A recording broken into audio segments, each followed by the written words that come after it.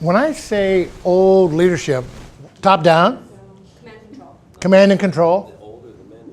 And it really does go back to post-World War I. We were a manufacturing industry, focused. And this is the kind of leadership. Anybody here ever have the privilege to work on an assembly line of any kind? How much are you supposed to think? Not. That's what the old leadership style is about. Okay?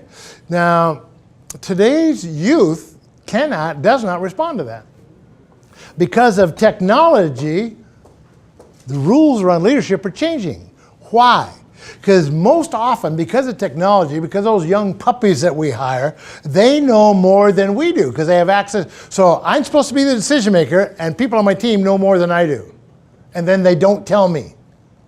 See the problems I get into? So let me go create this little mindset.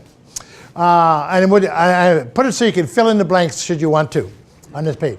Old leadership. When the old leadership, which came about from that manufacturing industry days, talks about your job as a leader was to be the answer person and the problem solver. That's your job.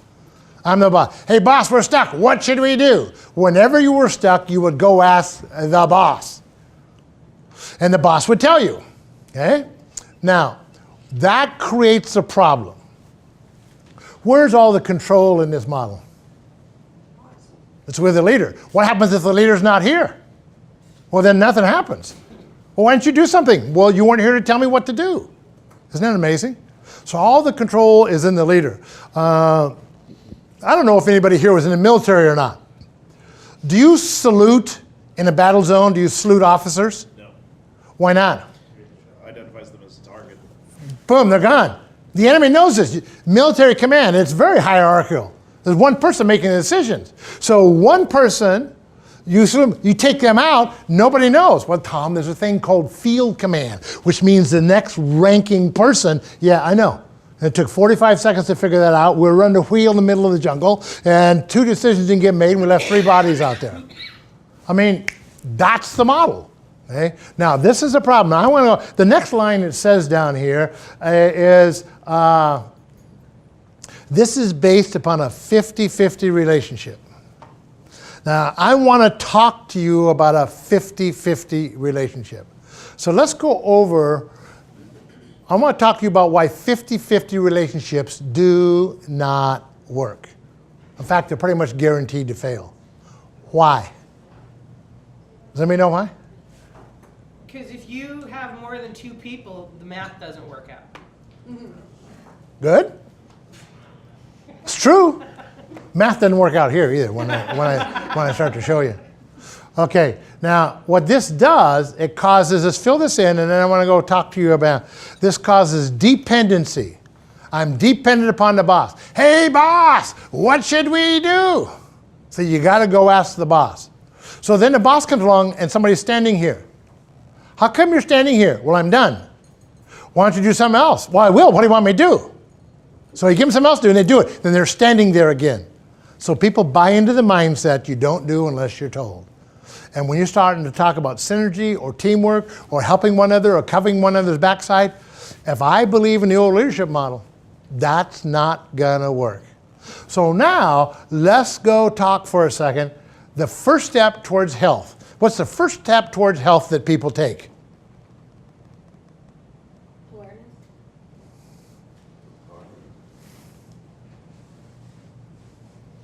Isn't that interesting? Well, I'm against this. That's stupid.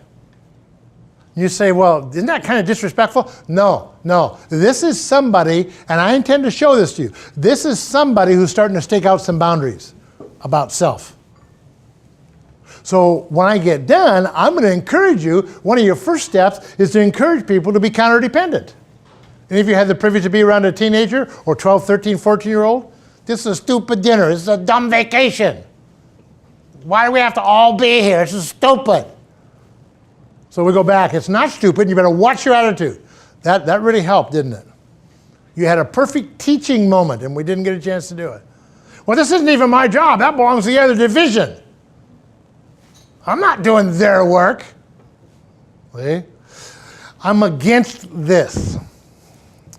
So just tuck that away for a second. Now, I would like you to write that down, that top box like that, 50-50. So remember I said there's a 50, that old leadership is based upon a 50-50 relationship? This relationship will fail every single time. Here's the why behind that. Because 100% of the relationship is in fact spread between two people. So by definition, I'm in charge of one half and you're in charge of the other half. But because by definition I have access to the whole relationship, I can leave my half of the relationship and come into your half of the relationship and tell you what to do. Hey, our team worked overtime last weekend and covered for you. Your team has to work overtime this weekend and cover for us. How'd that work? Didn't work real well at home either, by the way. Hey, last week I took the kids to soccer practice. You have to take the kids to soccer practice this week. So what happens when somebody leaves their half of the relationship and comes into your half and tells you what you're going to do with your half? Well, fancy term for that's called 80-20. That's called dysfunctional. That's called codependency.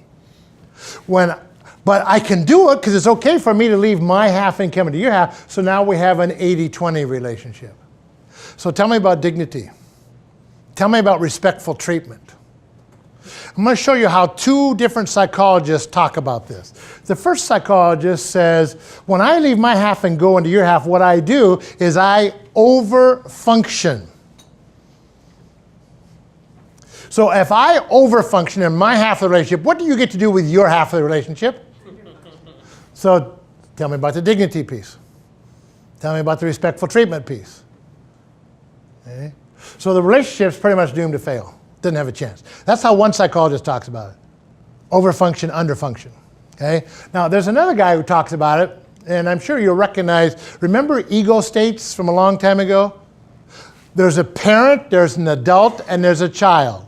And what these egos, this goes back to the late 60s. Transactional analysis, remember this? Parent, I have all the control. When I'm in my adult, I share control. When I'm in my child, I have no control. So that's me. Here's you. You have those same three.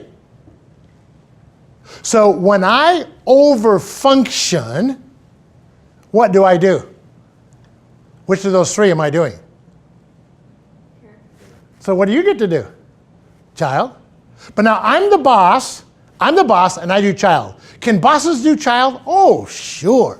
I don't set goals, I don't set budgets, I don't hold people accountable, I don't. My team gets mad at me, they do a skip interview, and they go around me to HR, and they go like this. He won't do it, and he won't. Because I acted child, they went to parent. Now, here's my key point. You cannot get adult to adult from this relationship out of a 50-50. No can do. It is not humanly possible. Isn't that interesting? So what works then? What kind of relationship works? It's not going to be a 50-50 relationship. What's going to work? No, it's not 80-20. That's dysfunctional. What works? Ding, ding, ding. Very good. But Tom, that's 200%. I know. There's two fully functioning human beings here. I, Tom Shampoo, I'm 100% responsible for my half of this relationship. And you're 100% responsible for your half of this relationship. My commitment to you is I'm not coming into your half. I got enough trouble being in charge of my half of this thing. I'm not coming into your half. By the way, the first one was overfunction. If I overfunction, then you underfunction. What is this? You have two people who what?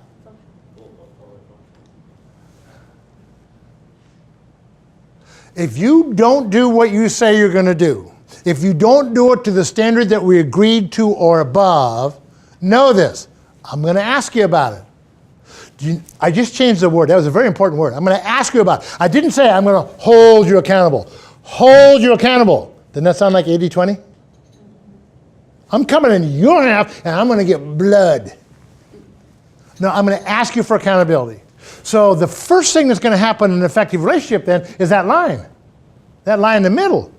That's where things have to be absolutely crystal clear.